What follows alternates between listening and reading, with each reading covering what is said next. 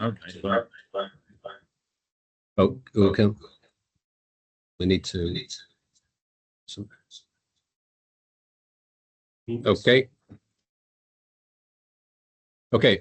Hopefully everybody's back. Slightly over the 20 past. So the first presentation is going to come from Tim French from Kia. So, Hello, my name's Tim French. I'm here today as a director of the Temporary Works Forum. I also work as an engineering lead for Temporary Works Management at Kia Professional Services.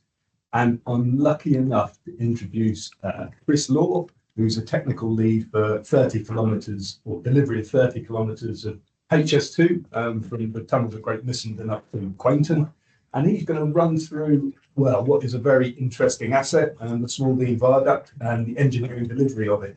There's quite a lot of interesting stuff to go through here. And Chris is aware he's got 15 minutes, but he's also got some very good slides. So Chris, if you'd like to maybe make a start, thank you. Thank you very much. Sure. All right, let's do the first bit first. So hopefully you can now see that presentation. Yep. Excellent. Okay. And as Tim said, I've got a very long presentation here, which would normally take much longer, but I'm going to try and, rather than cut huge amounts out of it, I'll whistle tour it, and then always happy to come back and do some more on sort of deep diving any of the aspects. So I'm Chris Law. I work, as Tim said, for the EKFB joint venture delivering the HS2 project, and I'm a chartered structural engineer. I've got a background in both design and site engineering. For EKFB, as Tim said, I'm the project technical lead, so I lead the design, engineering and temporary work technical teams for the section of the project between Great Missenden and Waddesdon. I'm also joined by one of my colleagues, Elton, who is the agent leading construction of the viaduct. So if you ask me really difficult questions, I will dodge them and ask Elton to answer them. So Small Dean Viaduct, well, HS2, as you know, I'm sure, runs between London and Birmingham. EKFB are constructing 80 kilometres of that route between Great Missenden and Long Itchington Wood in the north. And in NCA, the North Chilterns area, we're lucky to be building that railway through really quite a beautiful piece of the countryside. And that means we get to build some really iconic structures because they have to really blend in with the sort of high visual quality of the surrounding area. We've got a few long span viaducts. We've got Wendover. We've got some green tunnels, but I'm focusing today on the Small Dean Viaduct, which runs, as the name indicates, in the Small Dean area near Wendover. So it's a 350-metre long, 7-span launched viaduct. Spans are 40 to 55 metres long. And what makes it interesting in particular, there's lots of things that are interesting about this, is it crosses both a live road and a live railway. So here's the viaduct as imagined in its final state. It's a 3.5 metre deep girder with an extra 3.5 metres structure on top. And that bridge is constructed in one piece on its south embankment, and then it will be launched next year over the course of the Easter weekend over the road and the railway. That launch weight is around 4,500 tonnes at launch. And then, of course, as we build up the rest of the in situ toppings, it gets heavier still. So it's a curved structure, both on plan and in long section. It rises slightly in the south, fixed abutment at the north end, and otherwise free lateral guidance only on the other abutments. Now, what I'd like to focus on here is actually a big piece of this is the coordination of lots of the permanent works and temporary works. So this is a shortened list of the team involved in the viaduct, but we have EKFB, that's us, as lead designer and contractor.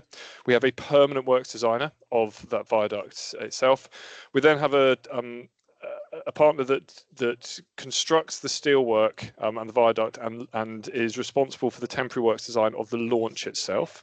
We have Kia Professional Services who design the launch and reception platforms.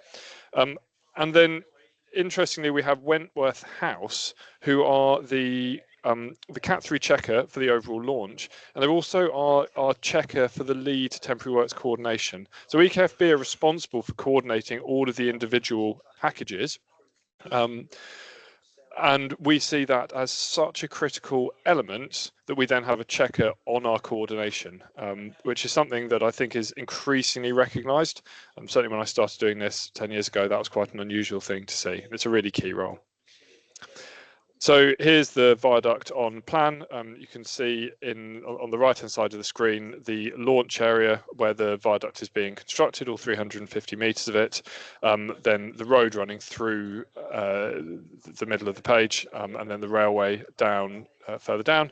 And you can see these 7 piers dotted through those assets. So it's a very congested site. It has a water main, it has the road, it has utilities, it has rail, it has quite a significant level difference across the site. So I know this is a national highways day, so I didn't want to leave out the road. This is the A413.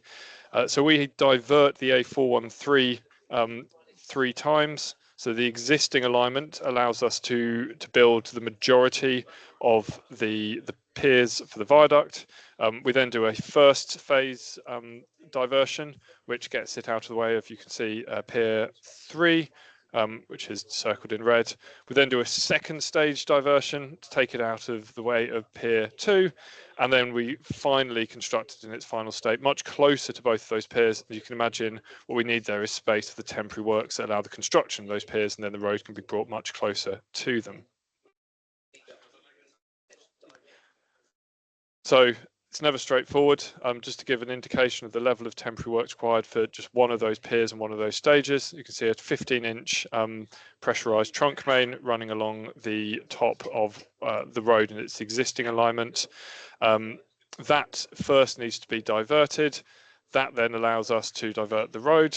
And then we install a long line of sheet piling between the road and the pier area to give us the area to construct the pile cap for that pier. So that's just one of the piers, and you can see the level of temporary works needed for that. And as I say, all of that needs to be very carefully coordinated. So this is the temporary diversion of that water main. 2 under road crossings with rider main thrust blocks that allow for the change in angle of that main. So again, 2 really quite large pieces of concrete in the ground that need to be coordinated with all of the other assets. This is that asset being put in, the blocks at either side of the road. And then we can see just in very brief, the sheet piling arrangement that gives us working area for constructing the pile cap and then the piers above it.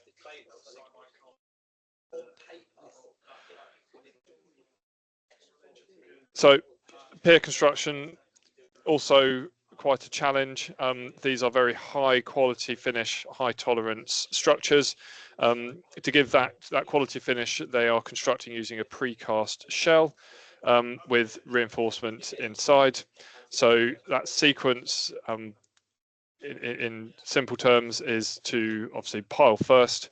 We then cast in starter bars into that pile cap. Those starter bars allow us to bring in a prefabricated cage with an additional temporary works cage inside to provide it stability during transportation and erection.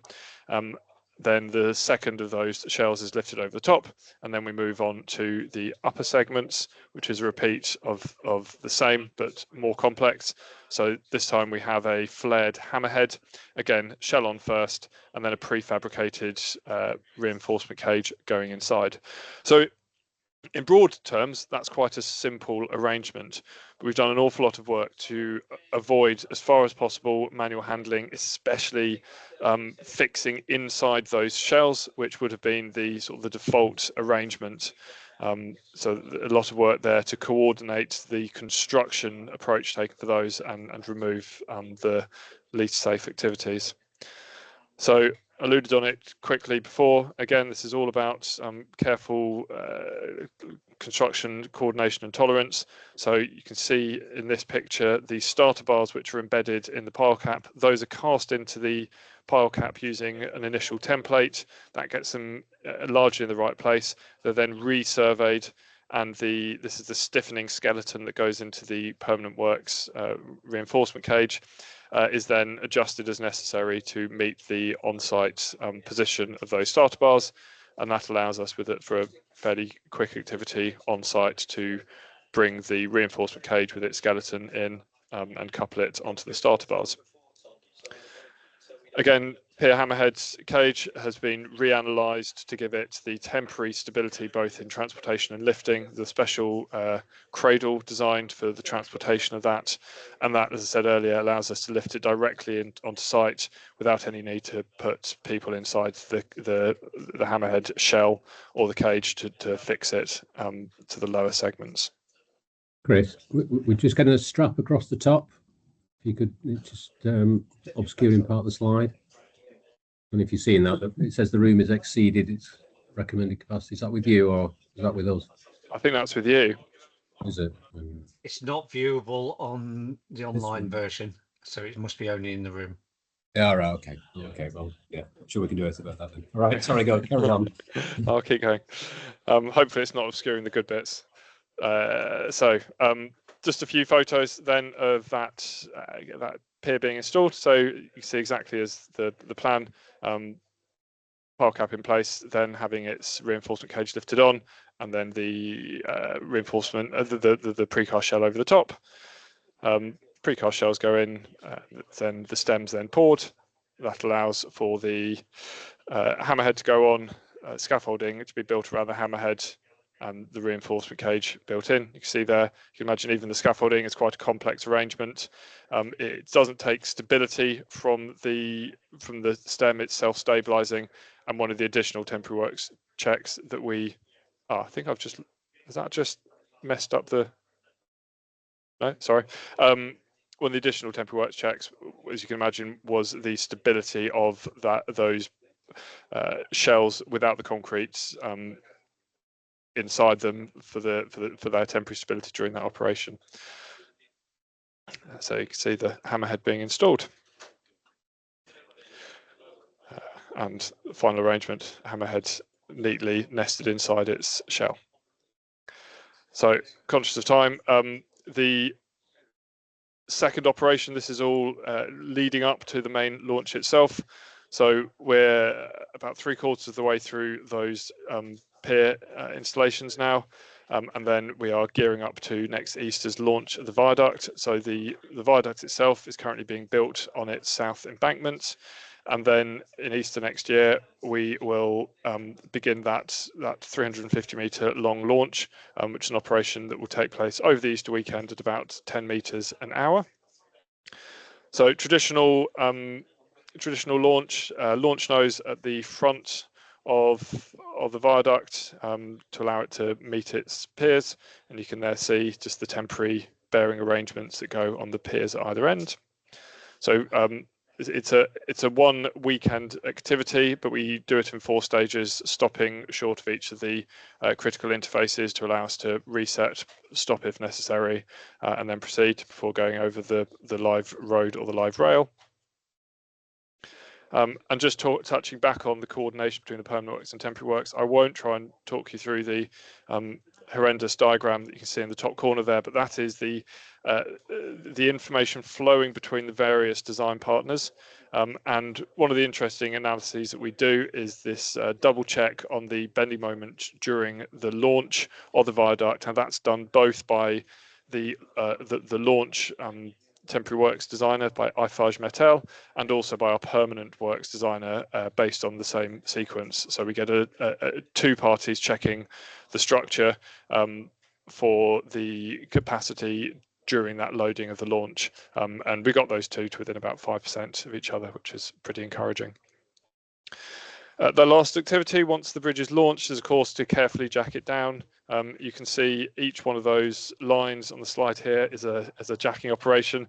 So it's carefully lifted up first to remove the temporary bearings, and then gradually lowered down in a sort of a concertina sequence, so that any support is only 200 millimeters differential to its partner.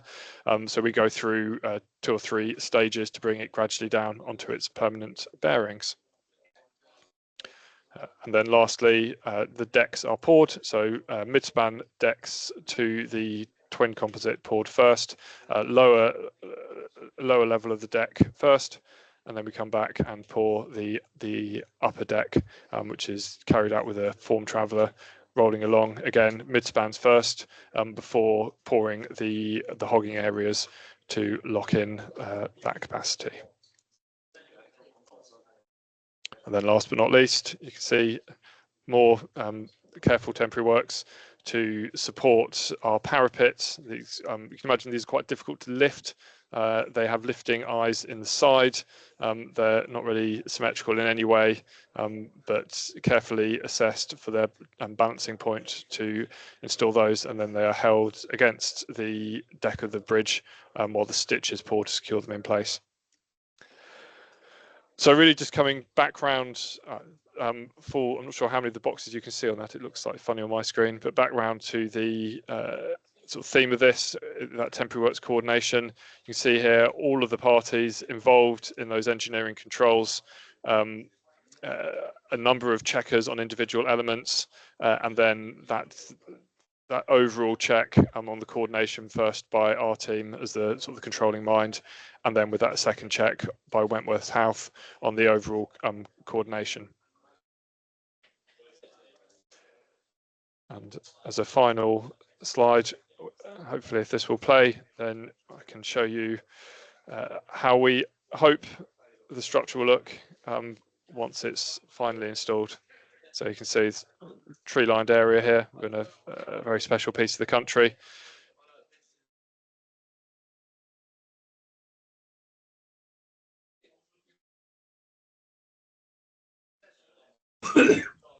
Yeah, sorry, nothing's coming through at the moment. Is it not?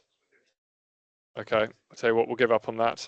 And I'll quite happily share the link for those of you who'd like to go and look at that in your own time. Right, I think I just about met my target. So Yes, thank that's you very much. presentation. If you've got any questions, I'll be happy to answer them. Tim, anything through on the chat?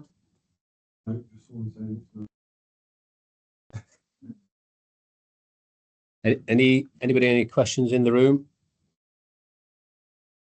And which organisation took the principal designer role? Because I couldn't see from your slide, it wasn't clear which organisation took that role. I knew you were going to ask me that, and I nearly went back through and carefully split up the difference between the lead designer and the principal designer. Let me send an answer on that on the chat, because I will almost certainly get it wrong. We have a very complicated arrangement with the principal designers, the lead designers. We have a special HS2 designation of those roles. So I will answer that question, but I don't want to answer it wrong. Okay. Isn't technically HS2 are the principal designer, aren't they? That's what I was about to say. Yeah, so the HS2 hold the principal designer role, and then it's delegated down to various parties. We then sub-delegate it further to our designers. We then have the nuance of the sort of temporary works lead designer roles within that. So it's quite a complex matrix of responsibilities. I think the terminology is disseminated rather than delegated. Right, thank you. Okay. Anybody online? Any comments, questions? Anybody in the room again?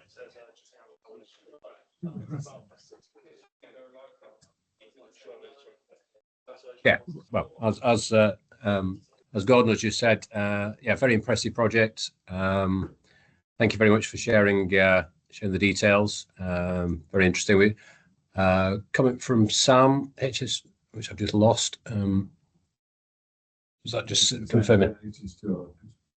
Yeah. So Sam has just confirmed HS2 principal designer, but obviously there are subdivisions of that role, I think. Okay. Okay. Thank Thank you you very much. Thank you. Okay, thank you very much. Yeah, very interesting and showing the complexity of work that's out there, particularly in relation to HS2, because I know there's quite a number of bridge pushes. There is some M42 and A46, and obviously this one's another example. That's a bit worrying. What's happening there? We've got an auto power off. Okay. Thank you very much. Thank you very much, Chris. Excellent. Really good.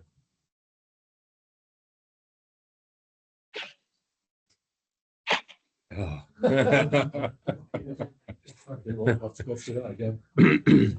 Okay. Anything to add, Robin? Are you okay? Okay. Right. Okay. Okay. We're now moving on slightly behind schedule to the next section, which is looking at initially drainage departures and then issues around climate change, etc. So Kazi Hasani is going to present on departures. So I'll present from this end. If you bear with me a second. And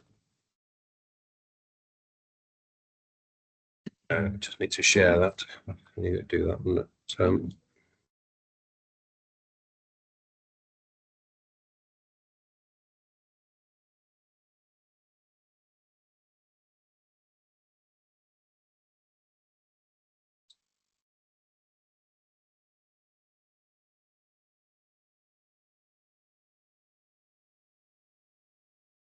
Okay, hope that's coming through, everybody.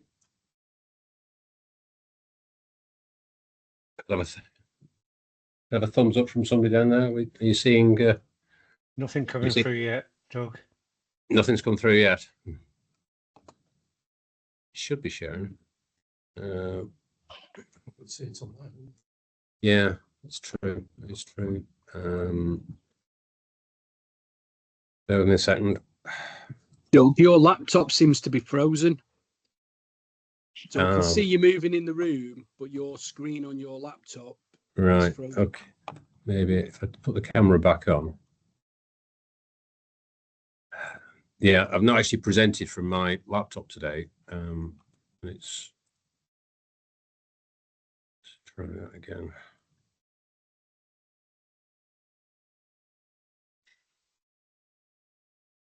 Should. Maybe if I do that. Does that come through? No, that's not it.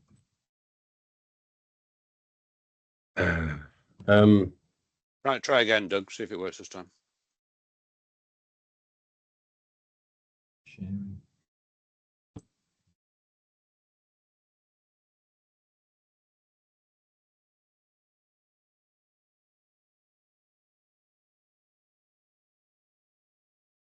No, it's not having it, is it? Sorry, apologies. Excuse me. I can talk through. Well, probably the best thing if you go to the presentation first, maybe. Do you want to do you present? My colleague Paul Sanders can present the pavement side of it. Okay. Paul has joined. Is that okay, Paul? Yes, I was going to ask if that was appropriate. Okay. Yes, if you'd like to share your presentation, thank you. Okay. Stop sharing.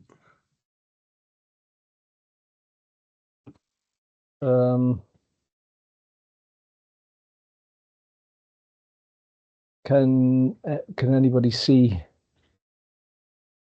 Not coming through yet. my screen? Oh,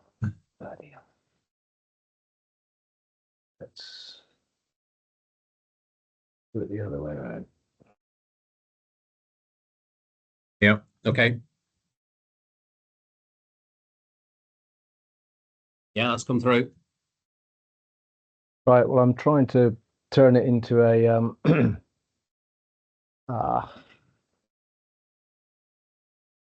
I seem to have.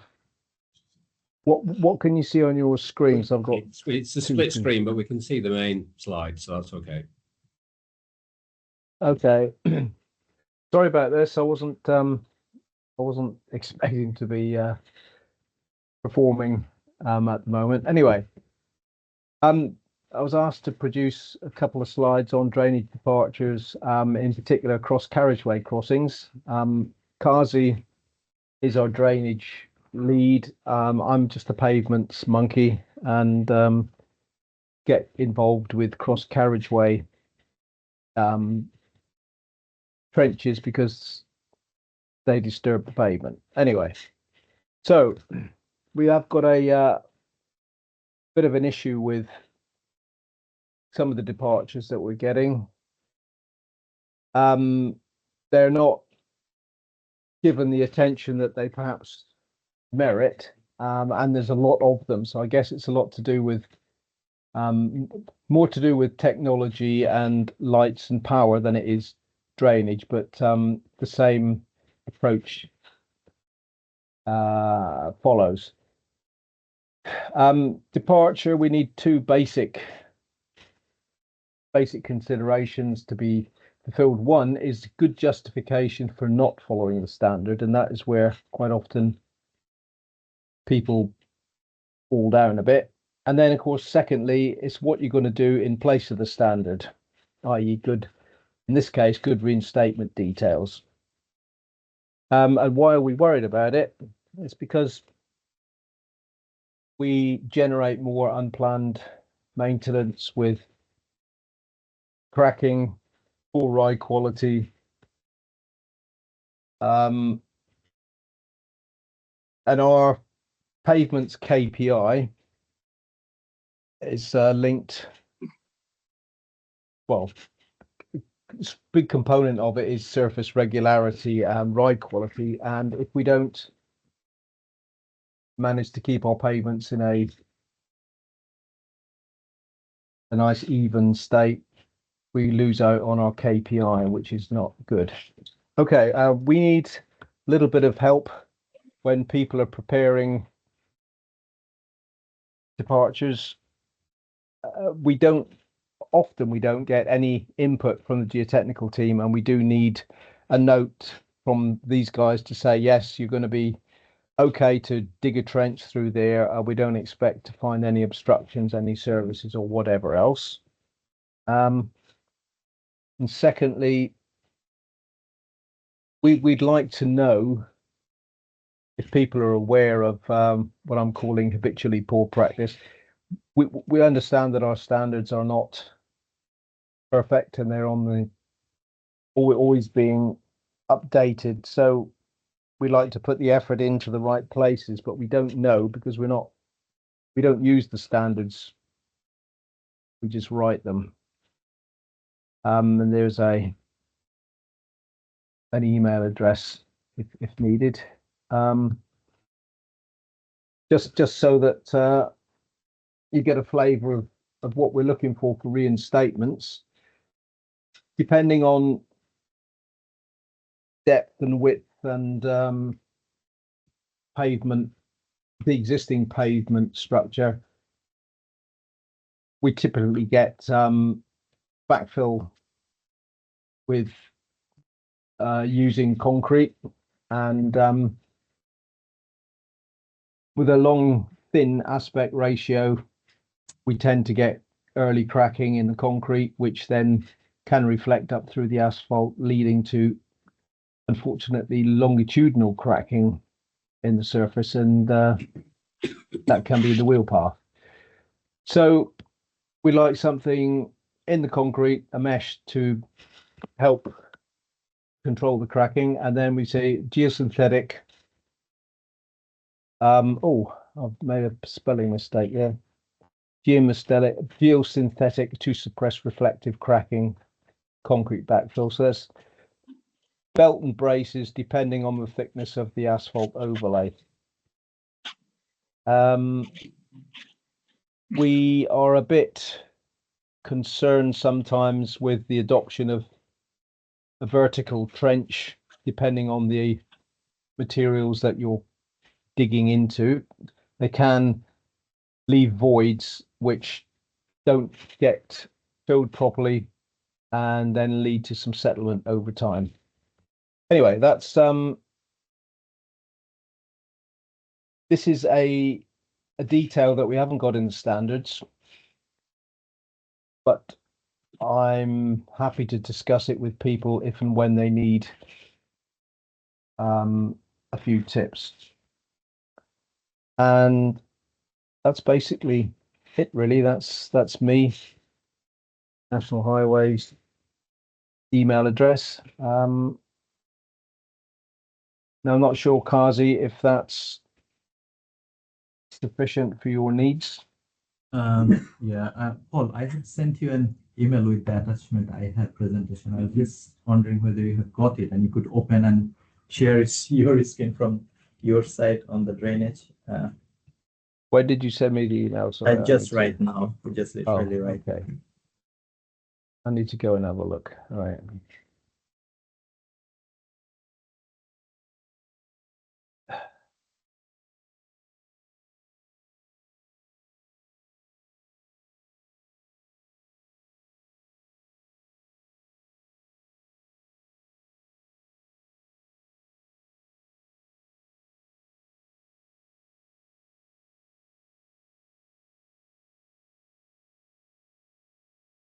When Paul sorted out, apologies for this technical glitch. I couldn't get into my laptop to connect to, and dogs couldn't share my slides. So I have sent it to Paul, whether he can open from his side and we could share.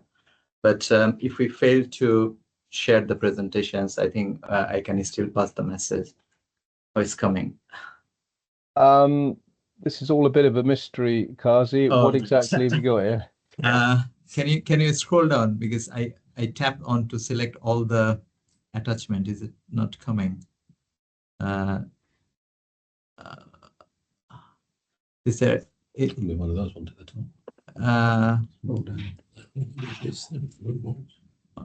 If you're on the attachment bar, if you scroll down on the attachment bar, is there anything? There should be a couple of. Is the same email I sent to Doug? No, it hasn't come with the attachment. Anyway, I think I can talk through, and we can share the slides later on. Yeah. So it's just about. I'll introduce myself. I'm Kazi, head of drainage at ACS National Highways. So all the drainage departures on national highways projects come to our team, and we are a small team, nationally scattered, only 4 of us looking after all drainage departures. So what we have noticed in last 1 year or so, that the number of rework that we have to send out, send back, and the clock of departures timing starts again when you send out for rework. So just to avoid this delay and also to help ourselves and also to help the designers, we sort of undertake an analysis. What are the reasons that we have to send out for rework, and we have to refer back to the departures manual. What we have noticed that one of the main reason is incompleteness. So under the incompleteness category, there are some subcategories, things like informations required by the departures manual not included, informations on safety risks assessment not included. So things like that, small things that could have been avoided by paying a little bit more sort of attention when preparing the departure. And we always welcome a pre-departures discussion if that's if our diary is available. We are happy to attend pre-departures meetings to help the designers out to prepare a good quality departures application. So that's basically it. We have recently seen the safety risks assessment document GG104 being incomplete, not signed, checked, approved, or not touching the particular requirement that the departure is about. So that is kind of constituting about 34% that of the departures that we have to send out for rework. So just to pass the message, and if you could help us out to pass this message that this is an issue creating pressure on a small team, and if you could help us out by paying a little bit more attention to produce a good quality departure applications. And as I said, like always welcome to have a pre-departure submission meeting. So that's one of the messages. And another item that I had in the presentations was what has come to my notice is about a non-compliant gully connections pipe that has been manufactured by one of our suppliers, and I kind of investigated and find out that it has been used in our schemes without an approval through the departure process. So it is coilable, single wall, corrugated type of pipes. I could have shared with you. There are some couple of pictures, which is used, and it is not compliant, and it doesn't meet the loading requirement of thermoplastic pipes. So we, rather than just going through the chief engineering memo or major project instructions, the first step we wanted to pass the message to the designers group to just ensure that the pipes used as gully connections need to compliant with our specifications.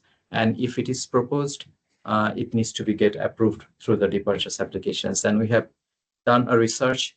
There is no departures application which has approved this product to be used in our drainage network.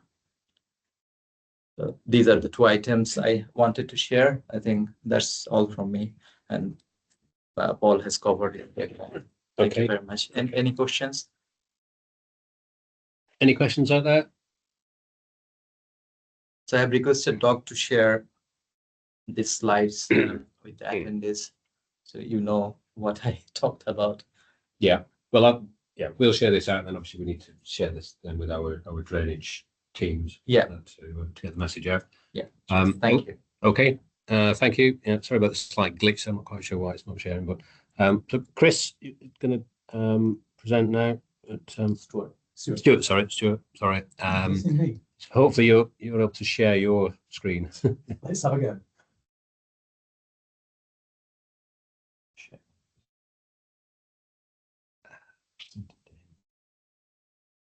Yeah.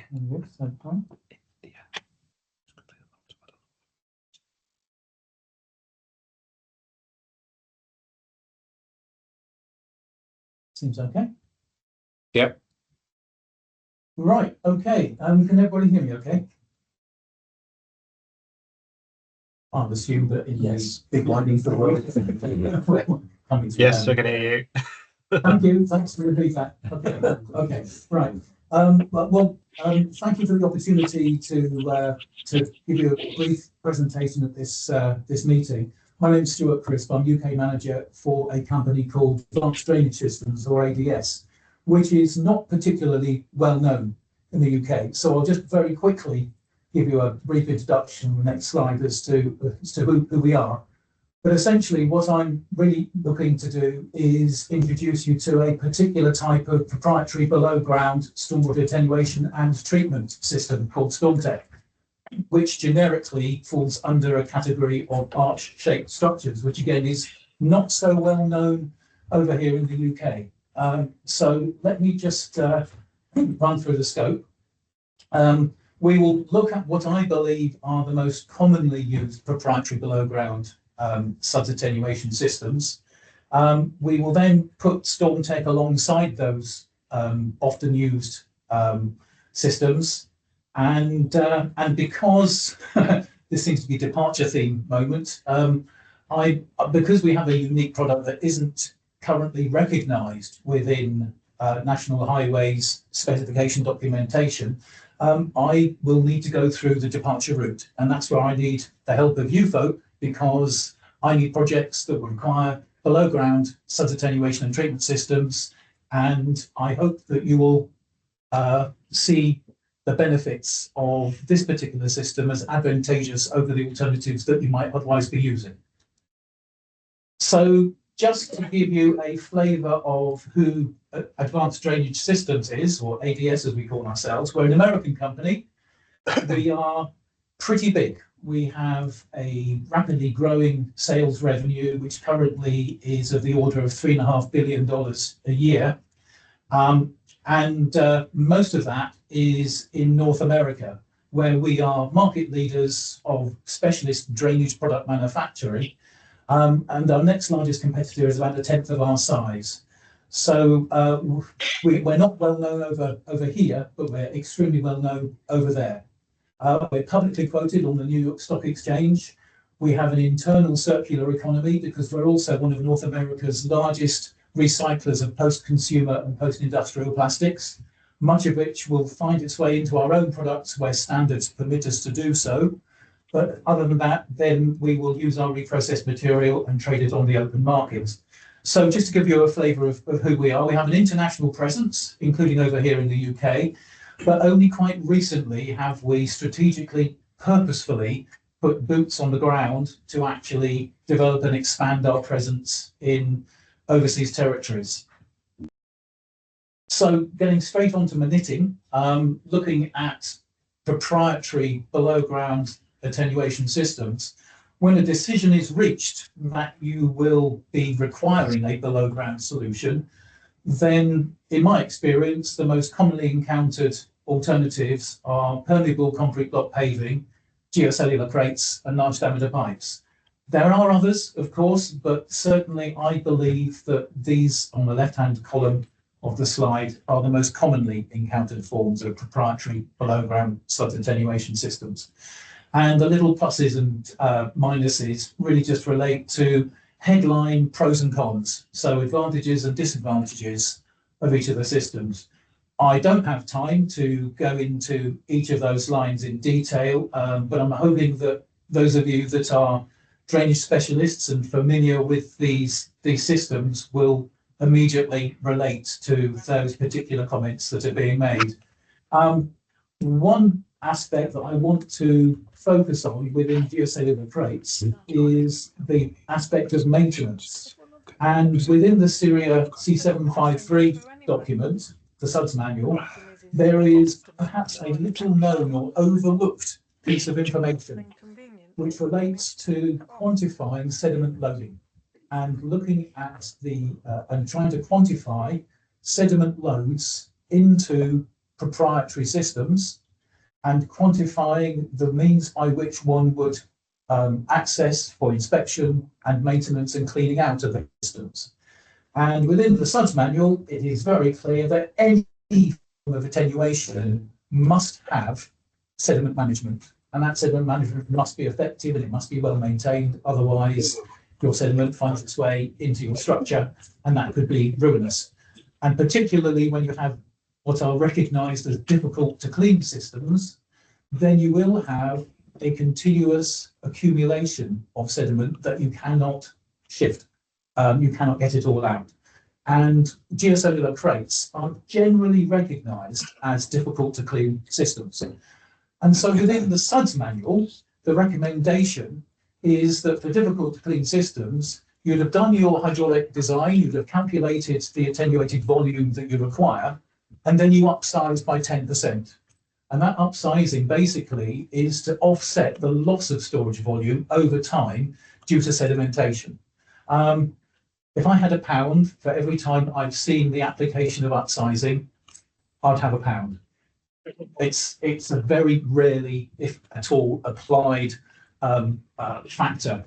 What I would recommend to any asset owning client is that if geocellular crates are proposed as a proprietary below ground solution, then seek evidence that the system is not a difficult to clean system and therefore you can waive the upsizing requirement. Otherwise, it would be highly prudent to incorporate that upsizing.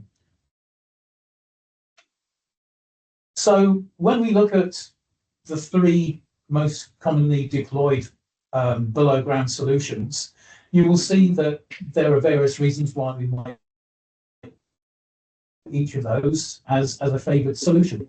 And what seems to be perhaps a little bit of a stretch of your imagination is that when we come across to the right-hand half of the slide to the ADS product called StormTech, the arch-shaped system, it looks like it's all positive, and there's very little getting in the way of why you wouldn't want to use the StormTech system. Basically, it has all the benefits of any of the other systems that you might want to use. It eliminates the disadvantages and has further advantages on top of that. So yeah, that sounds like a tall order to meet, and a bit of an assertion. So let's try and back that up. One thing that you might be surprised to hear is that StormTech is actually the world's most used proprietary below ground suds attenuation and treatment system. To give you an idea, for those of you familiar with drainage product brands in the UK, I'm sure that most of you would have heard of the manufacturer Polypipe. Polypipe have 3 operational divisions these days. They have the Sustainable Water Management Division, the Sustainable Management Systems Division, and the Energy Management Systems Division. Within the Water Management Systems Division, you'll have Polypipe pipes, crates, chambers, water treatment devices. You get the idea. So within the world of drainage and Polypipe, it's the Water Management Division. StormTech sales revenue annually exceeds the total Polypipe Water Management Division international sales. So it just gives you a flavour of how well used and how well proven the StormTech system. It's not a newcomer to the market. It's highly developed and highly used around the world. In terms of the structural design, it goes back to the structural arch principle. And also, those of you familiar with the nuances of rigid pipe design and flexible pipe design, you would appreciate that with flexible pipe design, we exploit the characteristic of load shedding. And StormTech, the arch chamber, has exactly the same concept of load shedding. So essentially the stiffer material, the embedment stones surrounding the chambers, attracts the load, and therefore the loads applied to the chamber are shed, and only 60 to 80% of the applied loads are actually carried by the chamber itself. That means that you can get extraordinary minimum and maximum cover depths where the stone surround is actually carrying and transferring the load into the native soil. And in the table, you can't see the table. That's interesting. It is lagging slightly. Yes. Thank you. So what you will see here is that exploiting the arch principle and load shedding, what you have are some extraordinary minimum and maximum cover depths. Those depths being measured from the crown of the chamber, and in the case of a rigid pavement, a concrete pavement, to the surface. If it was a flexible pavement, we'd propose that that measurement is taken to the underside of the bituminously bound layers, simply because of rutting invading that cover space. And all our standard installation details refer to and relate back to HGV traffic loading. And to demonstrate compliance with loading that would be understood and accepted within the UK, first of all, we've translated the origins of StormTech design in America using the AASHTO and ASTM standards as the basis. And so the technical note that you see on slide here basically takes you through the principles of the AASHTO ASTM approach, and then how we have recalibrated the structural design using Eurocodes. And a second publication, which looks at a modelling study that's been undertaken for StormTech, takes you through the whole process under 4 load model cases for each of the different sizes of the StormTech units. We also recognise Syria C737 for geocellular boxes, following a similar ultimate limit state design approach using Eurocodes. So although the arch-shaped system is not a geocellular box, and therefore the same principles are not directly transferable, what we've done is taken the same philosophy of Eurocode loading modelling. And the results, when you go through the Eurocode modelling, in terms of the standard minimum and maximum cover depths, the answer is still the same, and that is that you structurally have a sufficient capacity within the system to accommodate the maximum and minimum cover depths. Moving on to water quality. This is quite exciting, isn't it? So almost a year ago now, National Highways published its water quality plan. And I think that the political climate for water quality has never been as acute. And we're all, unless we've been living under rocks, I think we're all very much aware of the political attractiveness of water companies activating CSOs and the pollution caused by CSO activation and sewage entering rivers and causing pollution. And so there's been quite a bit of traction now within Ofwat and the water industry to invest more in providing us with cleaner rivers due to CSO activation. Well, this political climate is now looking at other forms of pollution entering our rivers and watercourses, and National Highways is now getting the same sort of attention. And so this will be a dog with a bone. The media will continue to pick up on this, and it will become an increasing issue for National Highways. And so it's been reported in various means. A recent publication from CIWEM and Stormwater Shepherds related to the degree of pollution occurring from highway runoff. This month, there was an article in New Civil Engineer magazine relating to the contamination in the ponds around the M25. And it also was exploring this interesting relationship apparently between National Highways and the Environment Agency, and that is that it's an offence to discharge hazardous materials into a water body unless it's permitted. But the memorandum of understanding between National Highways and the Environment Agency basically says that you will not require permits. So this will get more exposure. This will become big headline stuff. It's growing, and water quality must not be taken lightly. It's an important factor that we cannot ignore. So interestingly, when we look at the StormTech system, unusually, it has integral water quality management. We actually treat the runoff as well as provide a volumetric capacity to attenuate the flow.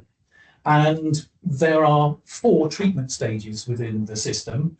The first 2 treatment stages are within a recognized proprietary subcomponent of StormTech called Isolator Row, which basically works on the first flush principle. You have a managed inflow through your inlet structure, which in the UK would typically be a concrete manhole.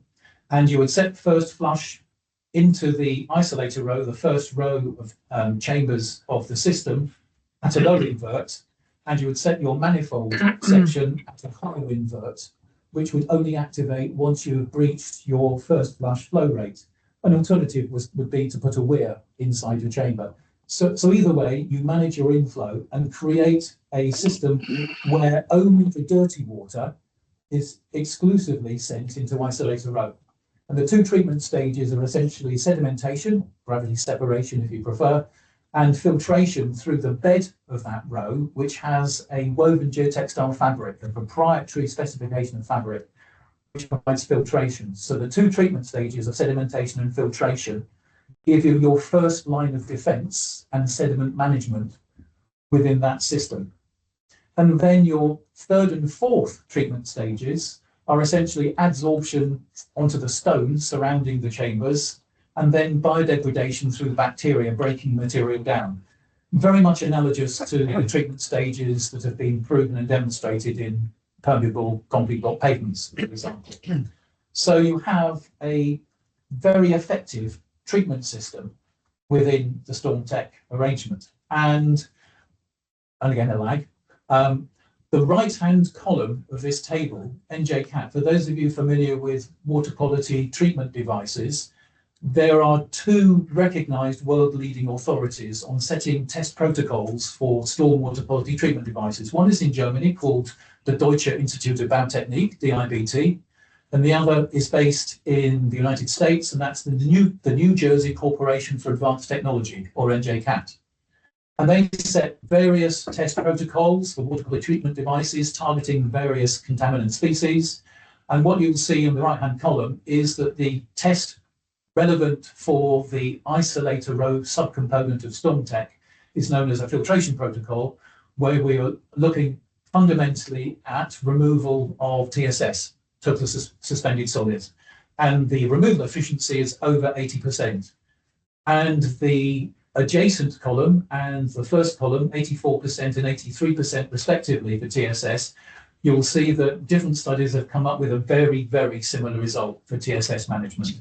And then the higher number, 91% for TSS, is based on all 4 treatment stages. That is actually a best management practice example. That is a complete installation being monitored.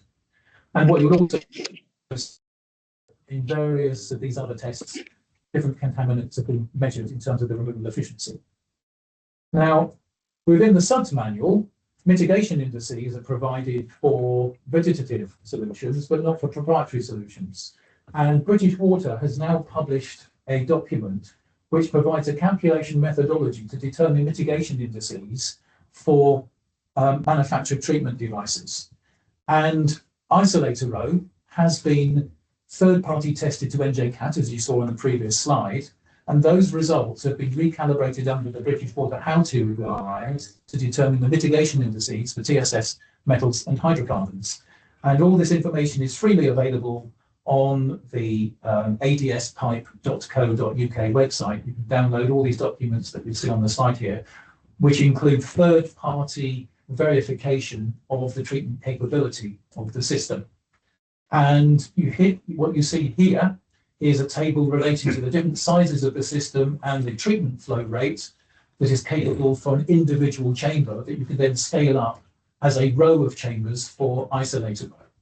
And at the bottom, the table illustrates the mitigation indices that have been verified for isolator row, which is 0.8 for TSS, 0.6 for metals, and 0.7 for hydrocarbons, which means that on its own, isolator row can be used for medium pollution hazard index applications. For principal trunk roads and motorways, that would fall into a high pollution hazard index category. And in which case, what you have is a substantial amount of the mitigation for highway runoff built into the system. And maybe that illustration gives you a little bit of a summary visually of a couple of the points that are being made. So upsizing with crates would be required, no upsizing required for StormTech because it's easily accessible for inspection and maintenance. If you're looking at your treatment train to remove your contaminant species, then a substantial proportion of that mitigation happens intrinsically within the StormTech system, whereas additional capital and additional operational cost would be required if you're using an alternative proprietary below ground system. In terms of inspection and maintenance, very simple, straightforward process. Essentially, it's immediately recognizable as sewer cleaning processes. So you CCTV in through your inlet structure, you inspect your system.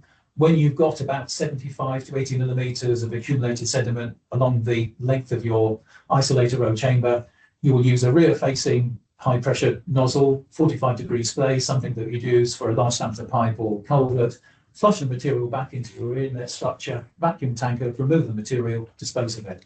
So exactly the same equipment and process as sewer cleaning.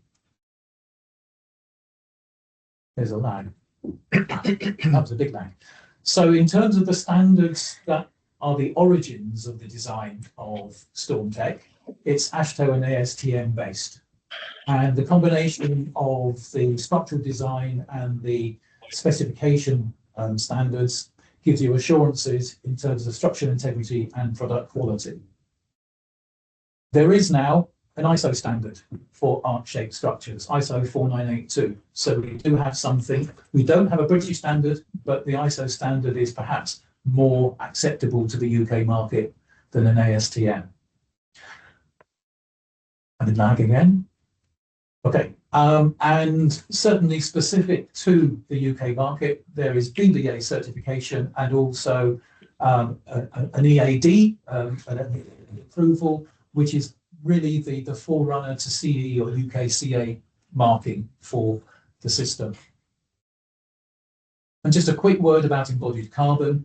The British Precast Drainage Association did a comparison on the embodied carbon of a 300 cubic metre tank made up of a single length of concrete pipe and compared it to a geocellular tank, an injection molded polypropylene geocellular tank.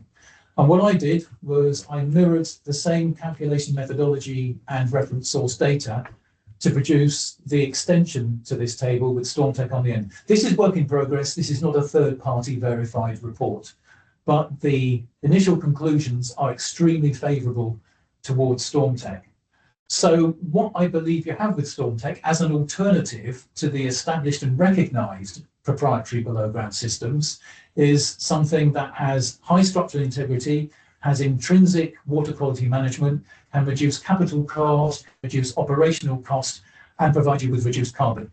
What I need, because of the absence of the recognition of arc-shaped structures within DMRB and National Highways documentation, is a departure. So that's my plea to everybody here, is please, if you have a situation where there's a project where you've determined that a below ground attenuation system would be appropriate, please can you consider the benefits of the StormTech system, and please can we have a conversation in terms of generating an appropriate departure for that solution. Thank you for the opportunity. Any questions? I haven't overrun too much. Okay, thank you, Stuart. Anything come through, Tim? Because my system's frozen. Can the isolator road be contaminated after fuel spill? After a fuel spill? Not really. It's not designed for areas with fuel spills. You would typically have precautions above ground. So if you've got fuel handling areas, you would have a full retention separator, not a bypass separator. It would be capitalized differently. So this is a stormwater management system. I think in terms of large fuel spillages, that's a different situation. So if we managed in an appropriate way, what we want to do that. And Chris, can you show the BVA slide again, please? Is that good?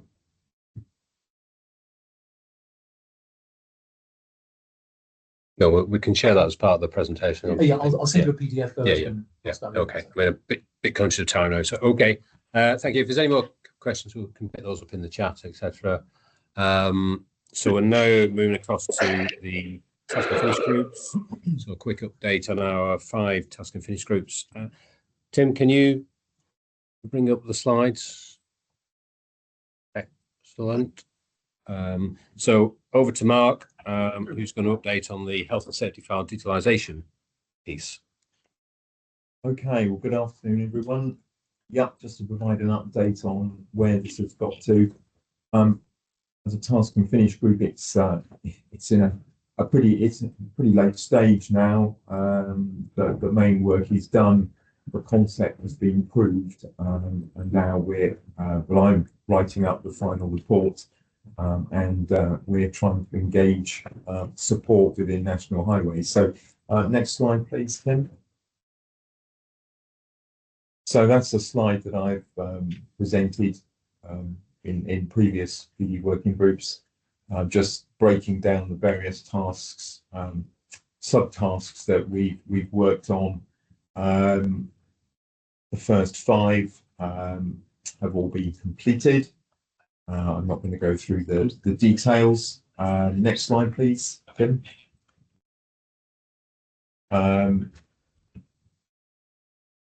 And basically, I'm now working on subtask 7, production of the final report. It's about 95% complete.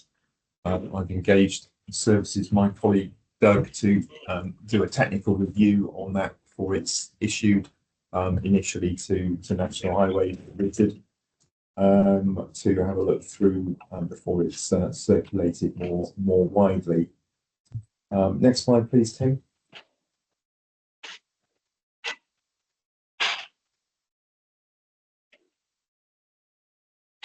So just a summary of what the final report will look like. It'll set out the outcomes of each of the subtasks that we've worked on. It'll summarise the key conclusions and recommendations. It'll set out the key potential benefits and set out required future actions. But just to emphasise, I think the key conclusion that we've arrived at is that the misalignment between the design community and the end user maintenance community is the main challenge to be overcome. And nothing is going to move forward without support from both those directorates within National Highways to bring about change. Otherwise, we'll just do what we've always done, which, in my view, really isn't in alignment with our increasingly digital world. So we really do, I think, need to move this forward. Next slide, please, Tim. I think this is the slide that I presented last time, but I think it's probably worth going through the potential benefits, of which there are quite a significant number. I think, first of all, it's aligned with National Highways' own digital objectives and aspirations. I think it also aligns with the gold thread for higher risk buildings under the Building Safety Act. It facilitates access to key health and safety related hazard information to the people who actually need it. At the moment, too much of this information is just buried in lengthy documents that are pretty inaccessible. And it will provide a single platform for storage of health and safety related hazard information. I think an important one is item 5, that the adoption of digital health and safety files would enhance National Highways' ability to demonstrate that they've discharged their legal obligations in terms of effective communication and storage of health and safety information. A slide I provided last time demonstrated the circularity that the health and safety file information from one project becomes the pre-construction information for the next. And that's the point where the health and safety file, I guess, gets tested the most, really, in terms of whether it's adequate. And to have all this in digital form would certainly improve matters.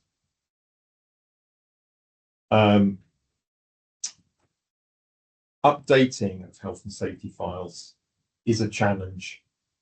If you're faced with updating a document that maybe someone else has produced in Word format, it's not that easy to just cherry pick the bits that need to be updated. It's not straightforward at all. It's time consuming, and I think the reality of it is that it often doesn't get done. It would be much easier to update a GIS-based health and safety GIS platform-based health and safety file system. And I believe it supports and feeds into the ultimate objective to have a digital twin of the strategic road network. This is something I think that National Highways really would benefit from. And it would ultimately support their objective, their 2040 safety objective to remove harm from all those who travel on or work on the strategic road network. Quite a challenging objective, I think, but this would certainly help in terms of improving the communication. So next slide, please, which I think is the last slide. The next steps, other than completing the final report, as I said earlier, it's going to need high-level commitment and support from major projects and operations directorates to make it happen. It's quite a step change in terms of the way things have always been done. So Doug and I made contact with Thomas Coleman, who's the geospatial lead in National Highways, back in May. I did email him last week just to see whether he'd made any progress in effectively identifying some suitable sponsors within the directorates to take this forward.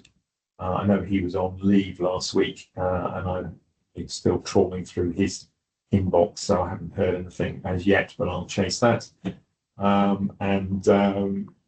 We've got a meeting with Neil Simmons, the lean lead, next week to present this to him and see what interest he's got in this, because I think there are significant efficiency opportunities, having just gone through the painful process of producing the health and safety files for the M4 smart motorway.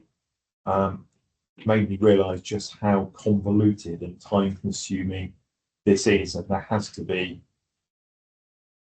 a less painful way of doing it which achieves a better result. Personal view, but I'm sure others who've created health and safety files will probably be able to identify with that. I think that's it, Tim. I think the next one was a Q&A slide. So that's it from me. That's where we are. Any comments, Tim? No. That's fine. It's fair to say, obviously, Mark wasn't available this morning, but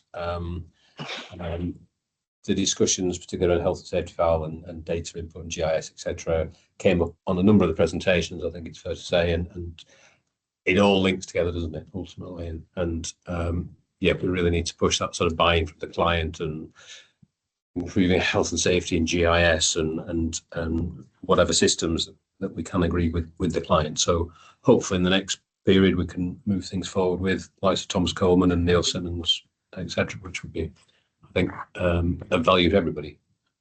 I'd also like to take this opportunity to acknowledge Gordon's support for the work I've been doing and the opportunity to share it with the BINFA Health and Safety Working Group, which I have on several occasions, and I'll be giving them an update in a couple of weeks' time, I think. Gordon, we've got that on the agenda, so yeah, it's good to see where it fits in with the wider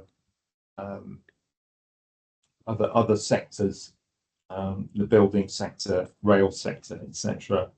I think they're all in a fairly similar position in terms of not really having a clear digital direction. Dare I say it? There's some people doing more than others, but I don't think anyone has really.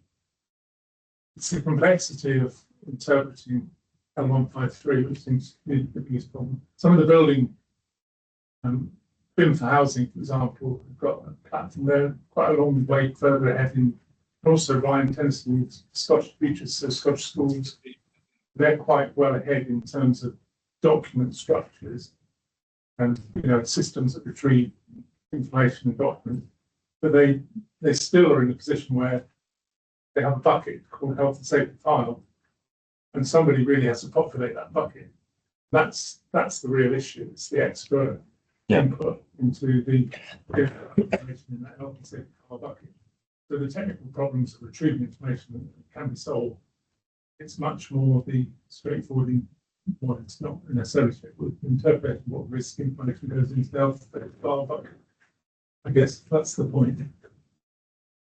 Okay. Yep. Thank you, Gordon. And thank you, Mark. So our next update is from Nicola. I see Nicola's joined the call. Apologies, we're running a little bit late. That's okay. But Nicola's going to give us an update on the suicide prevention design tool. Yep, sure. I've just got one slide to share. I'll just pinch the screen just as a bit of a prompt, really. So just as a way of background, is that okay? Just as a way of background in terms of this area of work. So at National Highways, we have a commitment to reduce suicides on the strategic road network. And predominantly our approach has been very reactive. So where we've had two or more suicides at a specific location, we would look to deliver kind of safety improvements through our designated fund programme. And what we found was that way of delivery was significantly sort of under pressure to deliver, and we kind of weren't learning from the issues that we'd seen on the network and feeding that back into sort of design and in terms of those much earlier stages where we can influence risk.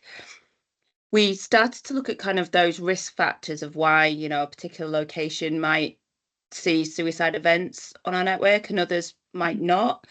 And we did start to look at developing a tool which would help designers look at that consistently.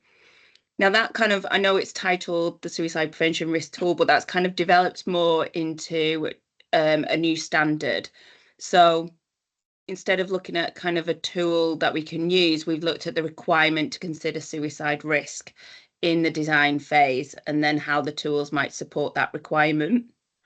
So where we are now at the moment, we've been drafting a new standard called the Suicide Prevention Assessment and Review Standard, similar to kind of that WICHR process. So thinking about different users and their requirements much more earlier in those design and delivery phases. We've finished 2 rounds of consultation now. So that's been through those sort of development stages within the MDD. And kind of where we are now, we're looking at those commercial impact assessments. So we've established a safety control risk group. And what's coming back is kind of that competency around looking at suicide risk. So we've been developing some really comprehensive guidance to support the embedment and delivery of this standard as well. Feedback so far has been really positive. Obviously, there's been some discussions around the detail and like I said, generally the competency to understand suicide risk and why one location might be more at risk than another. But generally the direction and what it overall wants to achieve in terms of that design process has been welcomed by all the devolved administrations as well. So there's still a way to go yet. With any sort of development of a new standard, we're probably several months off anything being published, and it still has to go through all the sign off. So nothing's kind of we can't take it for granted that this, I suppose, will happen. But it's very clear that there is a need and a want for suicide prevention to be considered much more early when we're delivering new schemes. What I would like to ask for this group, obviously, there's potential for it to impact many of the roles in here. And we would like to ask for a volunteer to sort of be part of our safety control risk group. It won't be too onerous, but it's just making sure that we've identified any issues or activities around safety and how the standard would be implemented in accordance with like GG 104. So if anyone would like to be part of that, if you could share your interest with Doug, he can sort of facilitate that with us. That's kind of where in a whistle stop tour, just sort of, it's only to sort of a brief update just to sort of keep you posted in terms of its progression. But if you've got any questions at this stage, I'm happy to take them. Could I ask, so is the intention to launch a PCF product? So at the moment, it's sort of embedded into PCF products. So like your safety report. So we will look at where sort of safety is considered. Then it would then signpost to the new standard to think about the suicide risk. The outputs of the suicide prevention standard, so through the assessment, would then start to feed into that GG 104 process. So you would just document any risk through this assessment into then your risk register. So if there was a specific risk that needed to be managed, then that would then follow through your health and safety management processes. Hi, Nicola. I've got a question. Would a sort of a suicide assessment need to be picked up on the CDM health and safety register to show that the design team have considered that and allowed for mitigations? I think that's one thing we've got to start to do now, and I will log that, is because that has been pushed back by kind of our the sort of technical group to say how you're going to embed that standard. So I think understanding the different products and where things will get logged, that's a good shout. Can you say that one again? Under the CDM risk register, do we need to show that risk has been considered by the designers as part of their overall risk management process? It does. Within the standard, we reference that any outputs from the assessment needs to feed into the risk management arrangement. So for the work we do in National Highways, I can be more prescriptive on those documents. So yeah, I can flag that up.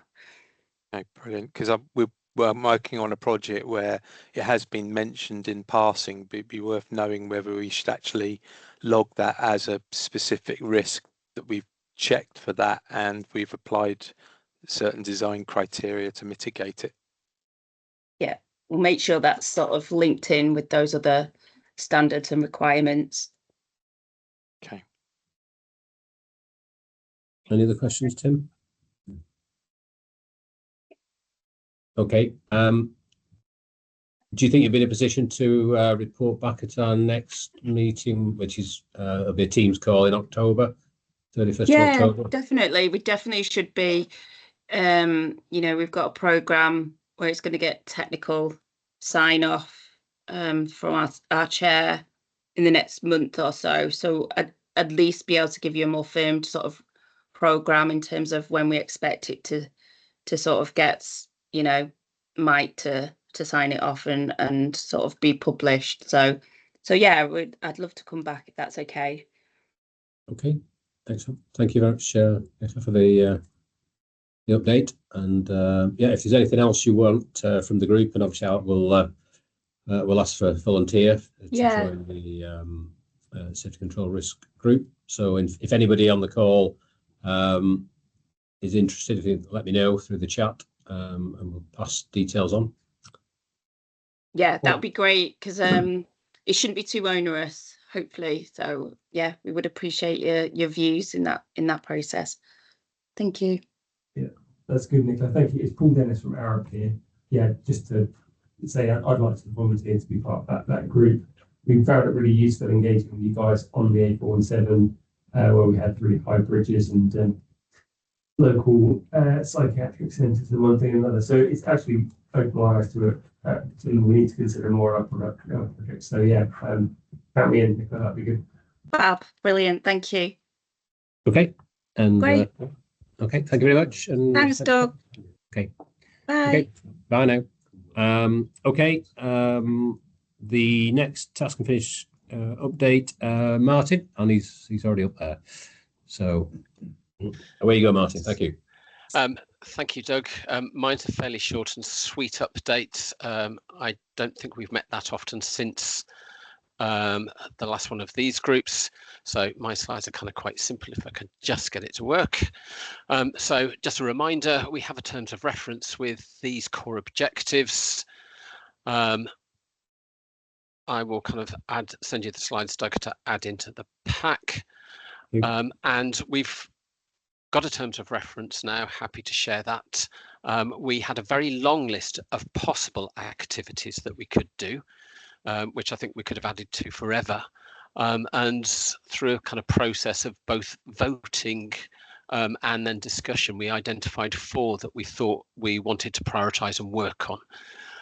So those 4 are up here. It's about identifying the stuff that's already out there and joining the dots up and aligning it, using the same terminology across the knowledge site and Highway Safety Hub, so that when we're talking about content, we're using the same kind of terms.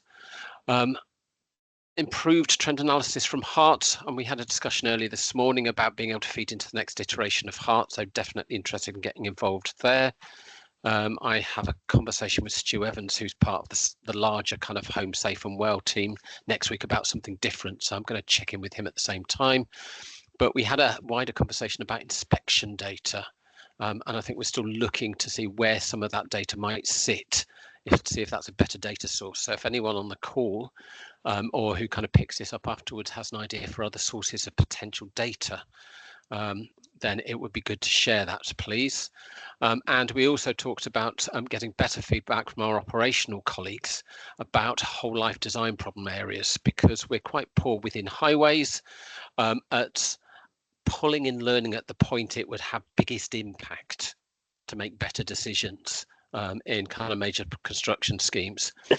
We did think this might overlap with the design for maintenance task and finish group, and even though it's taken us a bit of time, I've got a conversation in next week with Martin Partington, who chairs that group, to make sure we're not duplicating or tripping each other up.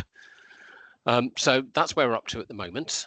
I have two other things just to play into the conversation for thought at this point in time, so not for any action. The first one is that those of you that are currently working with integrated project teams and major projects will know that we changed our learning from lessons log template and our end of stage report template and the guidance from April this year. Well, I hope you do anyway. If you don't, you do now. And I just wanted to show you on screen briefly, because I don't think there's enough and it's not a finished piece of work yet. This is what the data is starting to look like. So it's still Excel based. By the end of this performance year, I'm hoping we will have it online. But what you can see is that where we start to aggregate data from across different projects, and we've asked people to RAG rate the impacts, positive and negative, of things that have happened. We can do some simple kind of sifting and sorting. It's only very simple at the moment. It's not very sophisticated pattern or trend analysis. That will come in time. But for example, if I wanted to look at all the things that have a big impact, whether that's time, quality, cost, safety, customer, or something else, and you can see most of these are about delivery, but there is a safety and in fact, there's one safety in there at this point in time, and you can see that a number of those, if you look at the category column, I appreciate this may be too small for some of you, don't worry.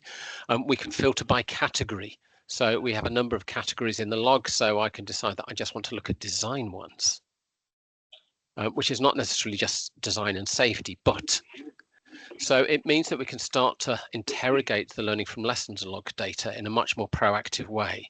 Where are there problems and issues or opportunities if I had chosen dark green instead of dark red RAG rating, to be able to do some proactive work, reach out to teams, do some structured problem solving, maybe share some of that with experts like Principal Design Working Group, for example, to say, what can you see and what do you think? So it's a work in progress. Certainly there will be more conversation with the task and finish group to kind of flesh out how might this larger group be able to input into how we interrogate and use the data. But I wanted to share that just as a kind of an interest point, really. The second one, and then I will shut up, is what I would like to just flag up to you, if I can have the right page, but of course I can't. Is that some of you may be aware that we ran, the knowledge team in highways ran an event called Mind the Gap, kind of virtual knowledge sharing event. The last one we ran was May of this year. So it's a mixture of kind of keynote speakers, panel discussions, bite-sized bits and pieces. If I stick the link to the main knowledge site in the chat, you can follow it from there. There's a link on the left side. If you've never visited the knowledge site before, when you click the link, you should get a box that says, click to request permission. That comes through to my team and we'll grant permission. That's not a problem. We are planning on running another session in October, November, some point after the half-term holidays. And if any of you have any ideas about things that it might be good to share, sharing a case study, a panel discussion around a particular issue or theme, something like that, then please do let me know. Last time round, amongst the bite-sized bits, Phil Farrer did an introduction to how you find stuff and use the Highway Safety Hub site effectively. All of these sessions have been recorded, so you can have a look at Phil's session amongst others. But just to flag up that there's an opportunity here potentially to promote either the work of this group more broadly or some of the key speakers we've heard from today or at future meetings. So it's a kind of different and wider audience. But I'll stick the link to the main knowledge site in the chat and you can explore stuff for yourself. So that's all I really wanted to kind of say and see if anyone has any questions. Anything come through? Nothing has come through. Oh, Rob's got his hand up. Just to double check, is this accessible to if you're not part of National Highways' ecosystem? Yes, it sits on the Highway SharePoint platform, which means if you are employed by Highways, you can get access from our home kind of intranet page. If you are external, the first time you visit, you should get a dialog box that says request permission, and you just click yes to say you want to request permission. We will add you to a visitors group. You have exactly the same access. You can see everything in the same way highways people can. You only need to do that once. The site will then remember you.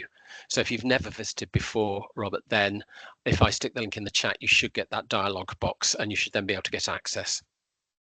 Thank you. And that's true of anyone who works with highways to help us deliver the roads programme. Okay, unless there's anything else. So thank you, Martin. We'll capture the links that you've put in the chat, and obviously your requests, and yeah, feed those through in the minutes. Okay, and thank you very much. So it arrived. Okay, is Martin Partington on the call? I can't see him.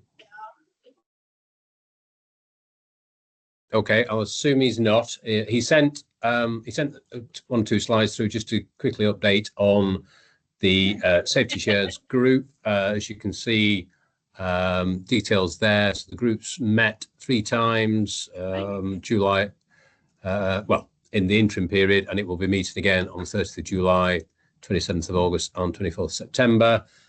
3 shares been three shares have been finalised, 37 to 39 in the period since May, and there's another 3 that are in draft at the moment, and they are maintenance of lighting columns, maintenance of lighting luminaries, and lithium-ion batteries, and that's also linking into, as you can see, the knowledge task and finish group, as Martin Sherlock has just mentioned. Look at thinking about that maintenance aspect. Actually, 1 or 2 of those are related to maintenance. Next slide. So yes, these are the slides that have been put through in the period. So I won't go through those now, but they'll obviously be included within the minutes, and you can find those on the Safety Hub website. Usual format, population at risk, mitigation measures on the right, and useful links down below, hyperlinked. So yep, so we're getting on towards 40 of the those safety shares, which are on the lessons learned pages of the Safety Hub. So thank you, and thanks to that group there, including Tim as well, which then takes me on to Tim to give a quick update on the Design Risk Management Task and Finish group, which links into quite a lot of the discussions that Phil Gregson gave this morning, that Gordon. So a lot of it all links together. Tim, do you want to just give us a quick update on what's happened on the next group meeting? The next group meeting I've got to put in the diary, but hopefully in the next few weeks we'll get that organised. As it says there, we've agreed focus will be the development of the RTB 26. The remaining systems compensated by design RTB. Quick note at the top, we're still awaiting the latest template for RTBs, but just rattling through a little bit of progress since that's the PD working group. At our last meeting in June, we issued out the latest 5x5 matrix, which has been reviewed. That was distributed to the members of the task and finish group, and we will discuss feedback and any comments at the next meeting. What we've asked is others to share within the group their current design risk check sheets. We'll invite Phil into that and use the templates he showed today. Between them all, hopefully we will have a best practice that we can recommend within the RTB when it gets revised. Consideration of health will be in the new version. We're reviewing what is currently in there and what needs to be in there at our next meeting. A lot to discuss at the next one. Look at referencing, because the new template we think will be pages rather than booklets, so we need to look at referencing more than regurgitating other documents. Again, integrated digital, we went through that earlier, and again looking at occupational health with our specialist Steve Perkins, that was discussed earlier. Yeah. Yeah, we'll be inviting Phil to the next one, and how much of the rail information we can add into it, which might be useful. Yeah, yeah, definitely. Yeah. Okay, so a date to come out on that. Anybody interested in joining that group? Obviously, you've been quite central to the discussions today. I don't think there's any. I think, is there a comment? There was one comment that came through, I think. Someone looks the same. I think there was one before that one. No. Rob Butcher. Rob wants to say it? Or? Robbie, no, just everyone can read it. It's just in support of the safety share group and how we interrogate things and look at them quite comprehensively. Thanks. Okay, thanks, Rob. Okay, just moving on to AOB. Oh, John is still on the call. John, just after your section, John Pilkington, I was going to ask, but I've moved on to Katie's section. Was it worth just giving a quick update as to when the Healthier and Safer by Design group will be reporting back? Because I think the intention was to get something back to the next PD working group in October. Are you there, John? Yep. Yeah. Just repeat the first bit again. Sorry.